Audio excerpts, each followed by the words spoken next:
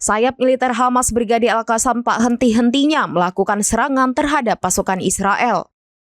Mereka kerap kali berhasil menemukan tempat persembunyian tentara Zionis tersebut, seperti sebuah bangunan yang digunakan sebagai markas persembunyian IDF di sebelah timur kota Rafah.